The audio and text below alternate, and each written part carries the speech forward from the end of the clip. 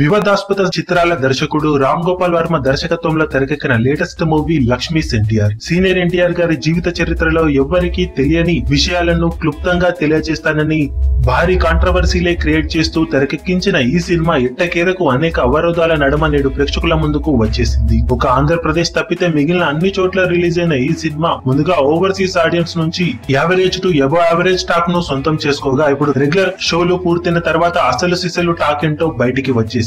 ఆ టాక్ ప్రకారం సినిమా ఎలా ఉందో తెలుసుకుందాం పదండి. ముందుగా స్టోరీ పాయింట్ విషయానికి వస్తే 1989 తర్వాత ఎలక్షన్స్ లో ఓడిపోయిన సీనియర్ ఎన్టీఆర్ గారిని ఇటు కుటుంబం అటు పార్టీ కొద్దిగా దూరం పెట్టగా అదే సమయంలో ఆయనకు దగ్గరవుతూ వచ్చిన లక్ష్మీ పార్వతి జీవితంలో ఎంటర్ అయిన తర్వాత అటు కుటుంబంలో ఇటు రాజకీయ పరంగా ఏర్పడిన పరిణామాల తర్వాత జరిగిన సంఘటనల నేపథ్యమే లక్ష్మీస్ ఎన్టీఆర్. ఒరిజినల్ కథగానే చెప్పుకుంటున్న ఈ సినిమా కల్పిత కథగా తెరకెక్కించిన రామ్ గోపాల్ వర్మ చాలా వరకు సన్నివేశాలలో తన మార్కును చూపెట్టి మెప్పించాడు. మొదటి అర్ధ భాగంలో సన్నివేశాలు కొన్ని బాగున్నప్పటికీ పాత్రల ఎస్టాబ్లిష్ కి కొంత సమయం తీసుకొని ఎక్కువ భాగాన్ని కేవలం ఎన్టీఆర్ మరియు లక్ష్మీ పార్వతిల క్యారెక్టర్స్ కే పరిమితం చేయడం కొంతవరకు బోరు కొట్టిందని చెప్పవచ్చు. అది పక్కకు పెడితే ఫస్ట్ హాఫ్ పర్వాలేదనిపించగా సెకండ్ హాఫ్ లో కీలక సన్నివేశాలు చాలా వరకు ఆకట్టుకోగా క్లైమాక్స్ ఎపిసోడ్ ఎమోషనల్ టచ్ తో ముగుస్తుందని చెప్పవచ్చు. ఓవరాల్ గా ఫస్ట్ హాఫ్ తో పోల్చుకుంటే సెకండ్ హాఫ్ బాగుందని చెప్పాలి. నటీనటుల పర్ఫార్మెన్స్ విషయానికి వస్తే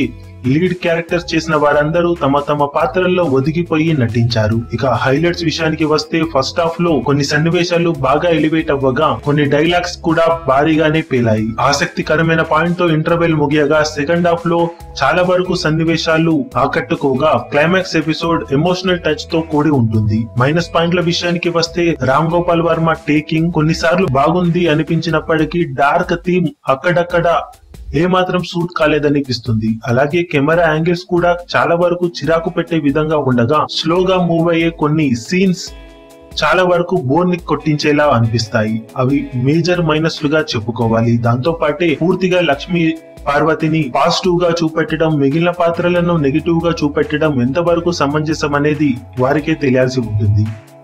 అవి వాటిలో నిజాలు వాళ్ళకే తెలుస్తాయి. కాబట్టి బయోపిక్ కాని బయోపిక్ గా చెప్పుకుంటున్న ఈ సినిమా ఒక సెక్షన్ ఆఫ్ ఆడియన్స్ కి పొలిటికల్ గా బాగా ఉపయోగపడే విధంగా ఉందనేది ఎవ్వరూ కాదనలేని నిజం. సంగీతం, బ్యాక్గ్రౌండ్ స్కోర్ సినిమాకు చాలా వరకు ప్లస్ గా నిలవగా రన్ టైం కొద్దిగా ఎఫెక్ట్ చూపిందని చెప్పవచ్చు. ముఖ్యంగా ఫస్ట్ హాఫ్ అలాగే సెకండ్ హాఫ్ లో కొన్ని సన్నివేశాలను ట్రిమ్ చేయడం జరిగితే మరింత రేసీగా సినిమా స్క్రీన్ ప్లే ఉండేది. ఓవరాల్ గా సినిమా రామ్ గోపాల్ వర్మ అగస్తలే దర్శకత్వంలో వచ్చినప్పటికీ చాలా వరకు రామ్ గోపాల్ వర్మ మార్కే కనిపించగా డార్క్ థీమ్ ముందుగా చెప్పుకున్నట్లే కొన్ని మైనస్ పాయింట్లు సినిమా ఓవరాల్ ఫ్లో ను దెబ్బతీసే విధంగా ఉన్నాయి. అవి కూడా భరించగలిగితే సినిమా ఈజీగా ఒకసారి చూసే విధంగా ఉందని చెప్పవచ్చు. రక్త చరిత్ర తర్వాత రామ్ గోపాల్ వర్మ దర్శకత్వంలో తెరకెక్కిన సినిమాలన్నింటిలోకి బెస్ట్ మూవీగా ఈ సినిమాను చెప్పుకోవచ్చు. ఫైనల్ గా సినిమాకు మేమిస్తున్న rating 2.75 stars out of 5 stars. ఇక బాక్సాఫీస్ దగ్గర సినిమా ఎలాంటి ప్రదర్శనను కనబరుస్తుందో చూడాలి.